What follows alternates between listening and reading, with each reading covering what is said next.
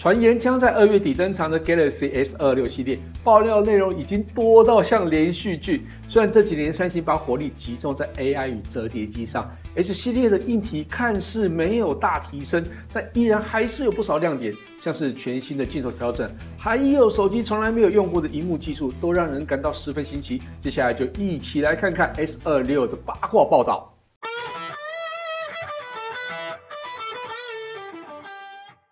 嗨，大家好，我是 Kissplay。隨着三星第一期的 Unpacked 活動越來越近 ，Galaxy S26系列的傳言也越來越真實。多個謠言版本的發表會時間都落在美國時間2月25號，這比2025年的 Unpacked 活動晚了1個多月。不過，相較於中國品牌手機很多都在2025年底發表新機的節奏來說，晚了1個月好像也還好哦。當然，這幾代的 S 系列手機升級幅度真的不大，相較於折疊機的大幅升級，有種是不是要放掉 S 系列的感覺哦。不過，就像一開始所說的，雖然幅度不大，但還是有幾個有趣的技術，接下來一一分享給大家。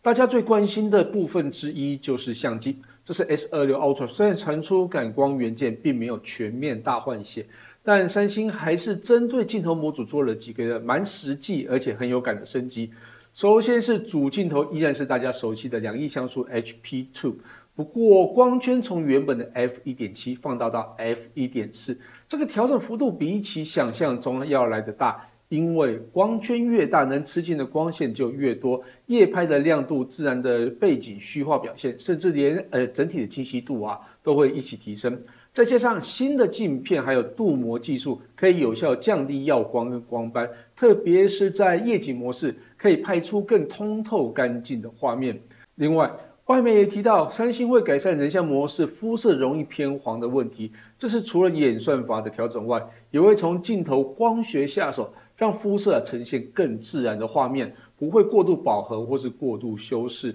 至於其他鏡頭部分，像是5000萬像素的超廣角 ZN-3、Sony IMX854的5000萬像素5倍潛望長焦，以及那一顆1200萬像素的3倍長焦鏡頭，都會透過演算法還有軟體整合，獲得更好、更平衡的拍攝表現。那自拍鏡頭部分則會搭載 Sony IMX874 1200萬像素感光元件，視角會更大一些。對於喜歡自拍或是錄 Vlog 的朋友應該會更好用。但是說真的，無論是 vivo、oppo、小米，都在長焦望遠鏡頭上做了非常多的努力。三星絕對不是沒有能力，而是為了機身跟鏡頭外觀的設計犧牲了長焦鏡頭。這個到底值不值得呢？我想消費者應該會給出回應的。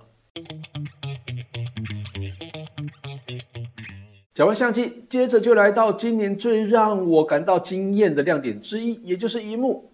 傳出 S26 Ultra 將會採用全新高效率 OLED 面板之外，這次會加入很多人需要的隱私防護功能，而且是主動式防窺。先來看一下螢幕本體，這次據說不止亮度提升，耗電量也比前一代來得省，但不確定是不是加入了 Micro Lens 的技術哦。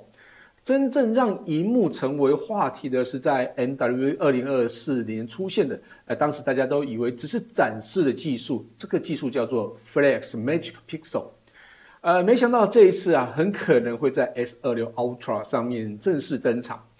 這項技術簡單來說，就是螢幕本身具備防窺的功能，完全不需要貼防窺片，而且可以自由控制防窺的功能。也能借由鏡頭偵測環境來開啟或是關閉這個功能。這個技術目前還沒有太多的資訊。以目前可行的技術來說，可以在 OLED 上面加上一片 LCD 作為控制光線角度的通道，用這個方式來限制觀看角度。但缺點是顯示器會厚一點點。三星的 Flex Magic Pixel 將會採用什麼樣的技術，還要等正式發表後才會比較明朗。但可以知道的是智慧型手機防窺是許多消費者期待的功能，尤其是搭捷運或是大眾交通工具的族群，這是非常重要而且需要的功能。三星如果真的用上這個技術，我想應該會受到不少消費者的青睞。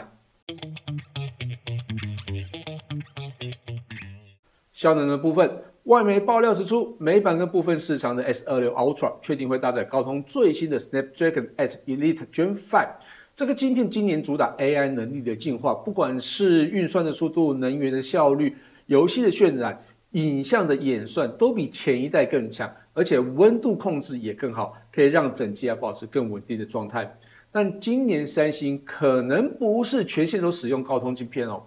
根據多方的消息，三星對於自家的 Exynos 2600非常的有信心啊，因此 S26的系列呢可能會採用 Snapdragon 還有 Exynos 各 50% 的雙平台策略。也有一說，因為 Exynos 2600客製的 S26所需要的 AI 規格，所以 AI 效能上 Exynos 可能會稍微領先。至於電池的部分，這是總算迎來了期待已久的升級。過去 Ultra 系列很久沒有提升電量跟充電速度，但今年 S26 Ultra 預計會配備5500毫安時的大電池，搭配60瓦的更快的充電速度，整體續航的體驗會比 S25 Ultra 明顯強化，無線充電也會同步提升，這個應該也算是亮點之一吧。最後來看一下外觀，基本上就是最經典的 S 系列外形。其實我已經忘記有多少年沒有更改外形哦。但這次 S26 Ultra 應該還是會比上一代更輕薄一些。系統部分預計會搭載 One UI 8.5， 最大的進化依然是 AI 功能的強化。除了更聰明的文字整理、圖片生成、場景辨識外，新版本還會強調設備之間的聯動，包含電腦、平板、手錶、耳機，甚至智慧家電的整合效率會更好。尤其是在相機跟錄影還有照片後製的部分，據說接下來會導入更多更有趣的背景移除，還有替換，另外還有智慧場景的修補、影片的主體分離這類的功能。價格部分雖然目前的DRAM高漲但外媒普遍還是推測 S26 系列大概還是維持跟 S25 差不多的起跳價，也就是799、999、1299美金。台灣的建議售價預計也可能會落在27900、34900還有43900這個區間，就給大家參考一下咯。最後還是要講一下今年 S26 Ultra 到底能不能在市場上維持銷量，還是要看消費者對這些小幅度但實用的升級它的接受度。另外當然就是消費者會不會因為 Galaxy AI 買手機畢竟三星目前 Galaxy AI 還是市面上最強大最好用的。而以往三星最引以為傲的長焦跟影像部分，在中國品牌瘋狂衝規格的壓力下，三星保守的策略究竟能不能抓住高階市場？那真的就要等上市之後才會見真章啦。以上就是這次 Galaxy S26 Ultra 的傳聞整理跟討論，感謝大家收看這期節目，希望大家也會喜歡這次的內容。如果有任何建議或問題，也可以留言讓我知道。我是 Kisplay， 我們下次見嘍，拜拜。